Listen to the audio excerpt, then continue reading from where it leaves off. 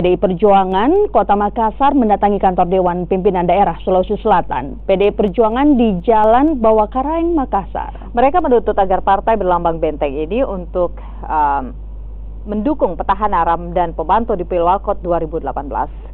Aksi protes dilakukan terkait adanya isu bahwa PDI Perjuangan akan mengusung calon lain untuk maju di Pilwalkot Kota Makassar 2018 mendatang.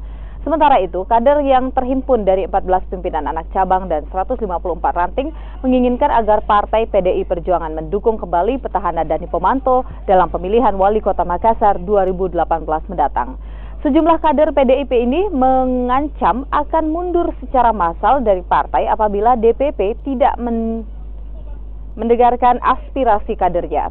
Dalam aksinya, sejumlah kader PDIP ini menabur bunga sebagai bentuk matinya demokrasi di tubuh partai. Perjuangan mengusung Dani Pomanto calon wali kota kembali 2018-2023. Surat tugas sudah ada. Surat tugas sudah ada. Surat tugas sudah ada. Hanya kita minta rekomendasinya.